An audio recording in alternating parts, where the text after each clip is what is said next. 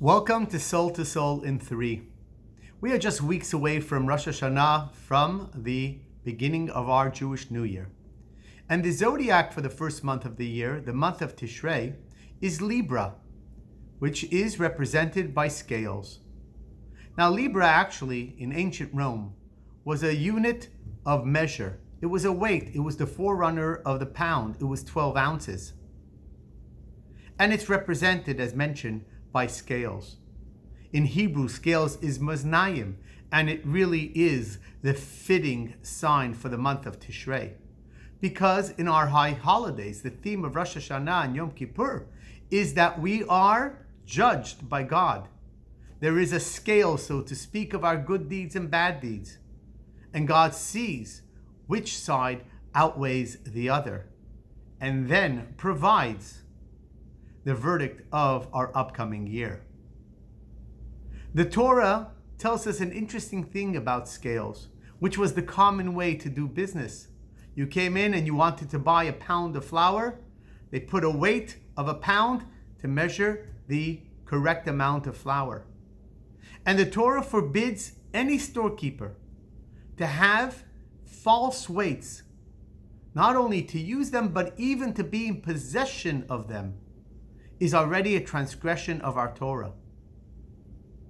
The Torah may be telling us that it's not only about cheating someone in business, but there's a deep philosophical message as well.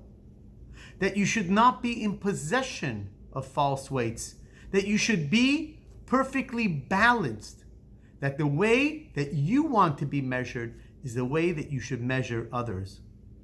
And this is the theme of Rosh Hashanah. Here we are pleading to God, asking God to see us with all our misdeeds, with all our shortcomings, with all our deficiencies, and yet still see us as virtuous and sign us in for a beautiful year. In that same vein, God said, you need to see others as well, just like you want me to see you.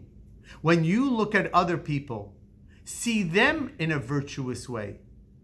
Be able to overlook their shortcomings and use the same weight that you want used for yourself to be the same weight that you want to use for others. This is the beauty of this zodiac. Maznayim.